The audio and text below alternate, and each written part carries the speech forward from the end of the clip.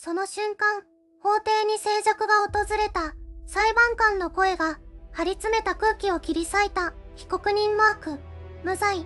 マークはその言葉を聞いた瞬間、力が抜けたように崩れ落ちた。両手で顔を覆い、声を上げて泣いた。傍聴席にいた家族が駆け寄り、互いに抱き合った。誰も言葉を発しなかった。ただ涙だけが7年分の時間を語っていた。2019年、アメリカ、ミシガン州で起きた一件の窃盗事件。その疑いをかけられた男の名前はマークだった。警察は早々に彼を犯人と断定し、逮捕した。そして、ある取引を持ちかけた。罪を認めれば、執行猶予で済む。認めなければ、裁判になる。普通の人間なら、その言葉に従うかもしれない。自由を取り戻すために、嘘でも認めてしまうかもしれない。しかしマークは、首を縦に振らなかった。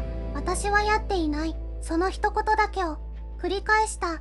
その選択の代償はあまりにも重かった。マークは有罪判決を受け、刑務所へと送られた。7年という歳月が静かに、しかし確実に彼の人生を削っていった。それでも彼は折れなかった。そして7年後、一つの DNA 鑑定結果が全てを変えた。証拠は明確だった。現場に残された DNA はマークのものではなかった。全く別の人物を指していた。法廷はマークが正しかったと認めた。7年間彼が守り続けた真実がようやく光の下にさらされた瞬間だった。だがこの悪夢が始まる前、マークにはごく普通の穏やかな日常があった。ミシガン州の小さな町にマーク・トンプソンという男が暮らしていた。特別な才能があるわけでも華やかな経歴があるわけでもない、ごく普通のどこにでもいるような男だった。朝は決まった時間に目を覚ます。コーヒーをいっぱい飲んで作業着に着替える。それが彼の毎朝の儀式だった。マークは地元の建設会社で働いていた。体を使う仕事だが彼はそれを誇りに思っていた。汗を流して稼いだ給料で家族を養う、それで十分だと心から思っていた。妻のサラはいつも穏やかな笑顔を持つ女性だった。二人の間にはまだ幼い娘がいた。名前はエマ。当時5歳になったばかりだった。休日には家族3人で公園へ出かけた。エマの小さな手を握りながら歩く時間がマークにとって何よりも大切なものだった。贅沢な暮らしではない。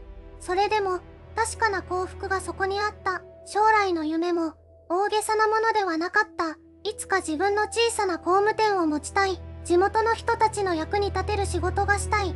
ただ、それだけだった。近所の人々からの評判も良かった。挨拶を欠かさず、困っている人がいれば手を貸す。誠実で、真面目な男として知られていた。2019年の春、その穏やかな日々は静かに続いていた。エマの笑い声が庭に響き、サラの料理の香りが家に満ちていた。マークには、この幸せがこれからもずっと続くと思っていた。しかし、その年の夏のある日、マークの人生は突然、根底から覆されることになる。2019年の夏、ミシガン州の小さな町に、一本の通報が入った。ダウンタウンの商店街で、スリ事件が起きた。被害者は財布を奪われ、近くにいた複数の目撃者が警察に証言した。その証言の中に、ある人物の特徴が繰り返し出てきた。中肉中背の黒人男性。その日、その場所にいたマークは、たまたまその近くを歩いていた。買い物を終えて、帰路についていた。ただ、それだけだった。しかし、その偶然が、彼の運命を変えた。目撃者の一人が、マークの姿を見た。体格が似ていた。服の色も、なんとなく合っていた。確信があったわけではない。それでも、指を向けた。あの人に似ている。と、警察はマークを呼び止め、事情聴取を始めた。マークは落ち着いて答えた。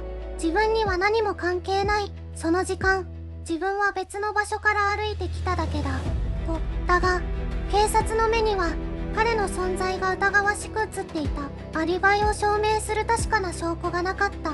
防犯カメラの映像は不鮮明だった。目撃証言だけが、捜査の中心に据えられた。こうして、マークは容疑者として逮捕された。罪を犯した覚えは、全くなかった。それでも、手錠をかけられた家族の顔が頭をよぎった。エマの笑い声が耳の奥に響いた。これは何かの間違いだ。必ず解決する。マークはそう信じていた。しかし、現実は彼の想像をはるかに超えた残酷さで、次の扉を開けようとしていた。手錠の冷たさが、マークの手首に食い込んだ。警察署の取調室は、狭く、息が詰まるほど静かだった。刑事たちは、淡々と質問を続けた。あの日、どこにいたか、その時間帯に、何をしていたか、マークは正直に答えた。しかし、言葉は信じてもらえなかった。証拠として提示されたのは、ぼやけた防犯カメラの映像と、たった一人の目撃証言だった。映像の人物は、顔すら判別できないほど不鮮明だった。それでも捜査陣は、マークを犯人と断定した。検察官は、取引を持ちかけた。執行猶予に応じれば、今すぐ家に帰れる。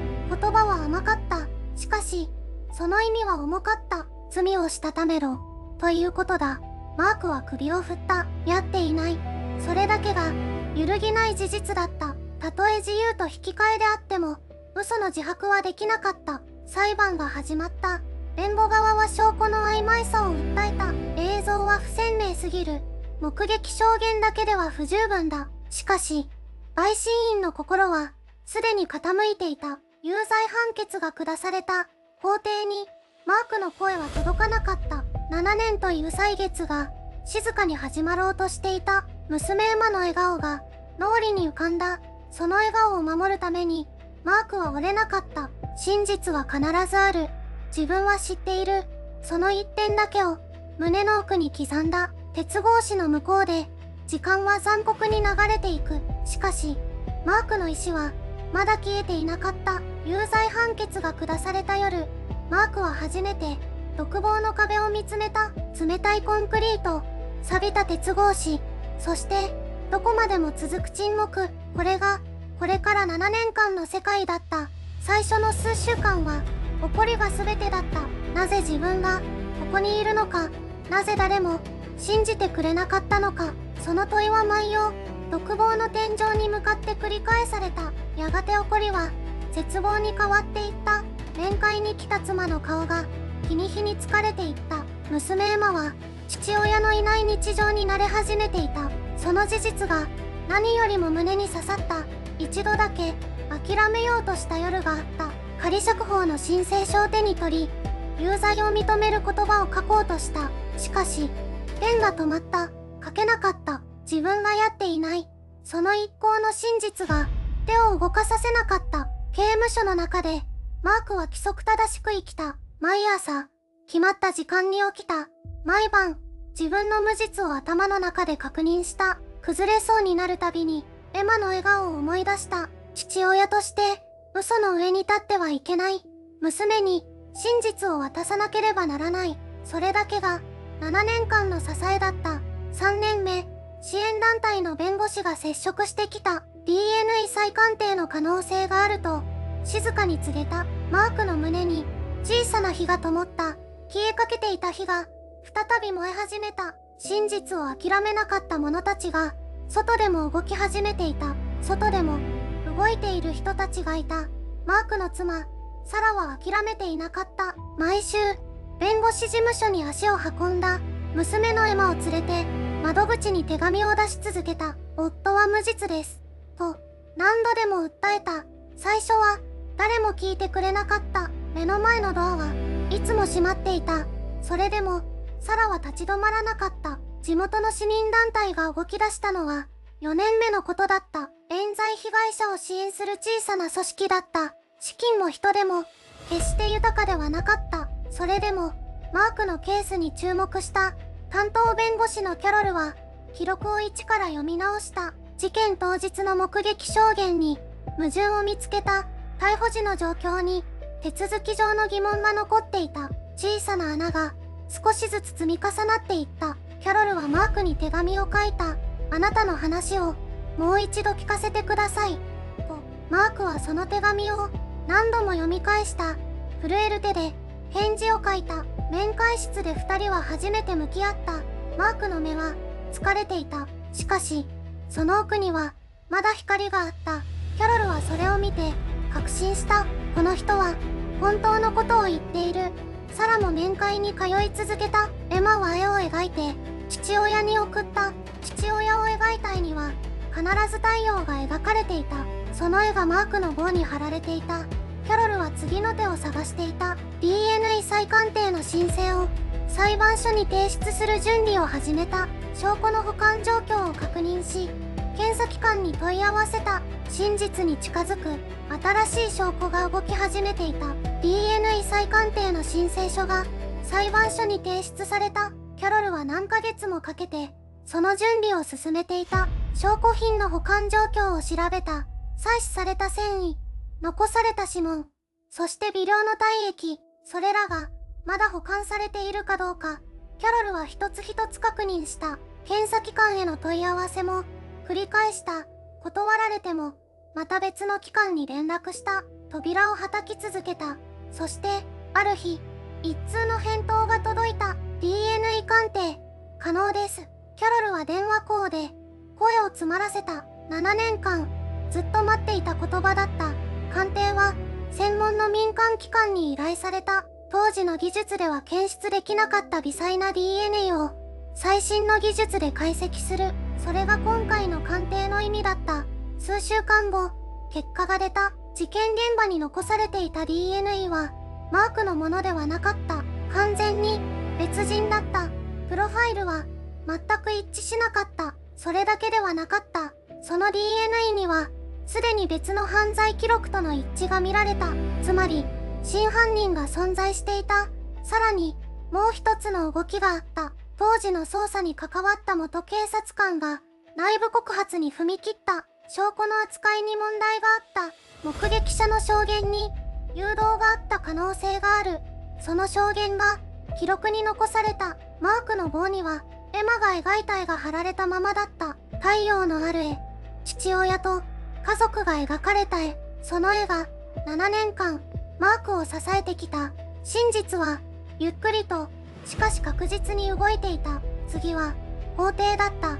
法廷の扉が再び開かれた。再審請求が正式に受理されたのはマークが収監されてから7年目の春だった。弁護団は新たな証拠を手に法廷へと立った。 DNA 鑑定の結果と元警察官の内部告発、その2つがマークを支える柱となった。検察側は当初の主張を崩さなかった。目撃証言は信頼できる。有罪判決に可視はない。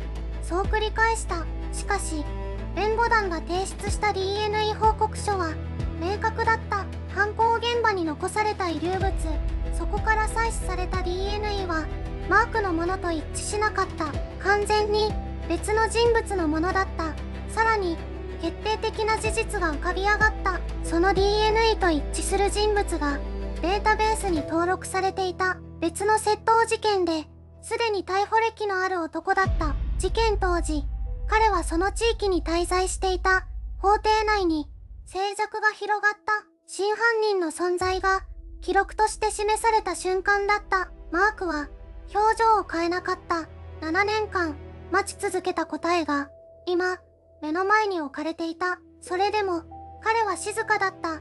裁判官は記録を丁寧に読み上げた。証拠の信頼性、証言の誘導の可能性、そして DNA が示す動かしようのない事実。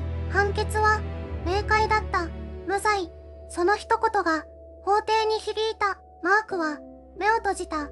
長い沈黙の後、静かに息を吐いた。7年間彼は折れなかった。自白を拒み続けた。真実を信じ続けた。その意志がようやく報われた。しかし無罪の判決はゴールではなかった。法廷の外には7年間待ち続けた家族がいた。エマが描いた絵の太陽の光が待っていた。マークの本当の戦いはここから始まろうとしていた。無罪。その言葉が全ての始まりだった。鉄格子が開いた。マークは外の空気を吸った。7年ぶりの自由な空気だった。しかし足が動かなかった。どこへ向かえばいいのか、その感覚すら忘れていた。外の世界は変わっていた。街並みも人の顔も物の値段もすべてが7年分だけ先へ進んでいた。マークだけが取り残されたように感じた。娘のエマはもう10代になっていた。あの小さな手で絵を描いた子がすっかり大きくなっていた。マークはその成長を見ていない。7年間の記憶がそこだけぽっかりと空いていた。裁判所は保証を認めた。失われた時間へのわずかな金銭的な償いだった。しかし7年間はお金では戻らない。エマが笑った瞬間も家族で食卓を囲んだ夜も何一つ取り戻せなかった。マークはしばらく眠れない夜が続いたと語る。夢の中でまだ独房にいた。目が覚めるたびにここが外だと確かめた。それを何度も繰り返した。それでもマークは前を向こうとした。エマが描いたあの太陽の絵、ずっと独房の壁に貼り続けたあの絵、その絵が彼を支え続けた7年間だった。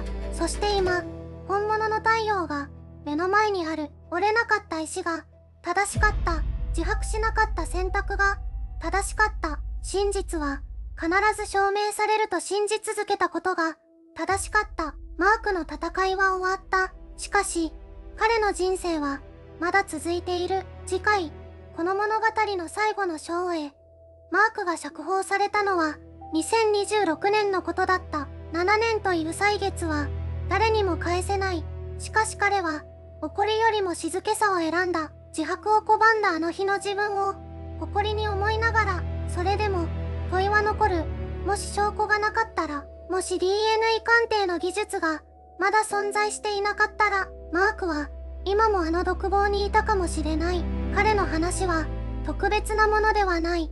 今この瞬間もどこかで同じ戦いを続けている人がいる。声を持てずにただ時間が過ぎていく人がいる。正義は待っていても来ないことがある。誰かが諦めずに立ち続けなければ動かない。あなたならどうするだろうか。7年間折れずにいられるだろうか。マークの答えはもう出ている。しかしこの問いの答えはあなた自身の中にある。真実を信じること、それだけが最後の砦だ。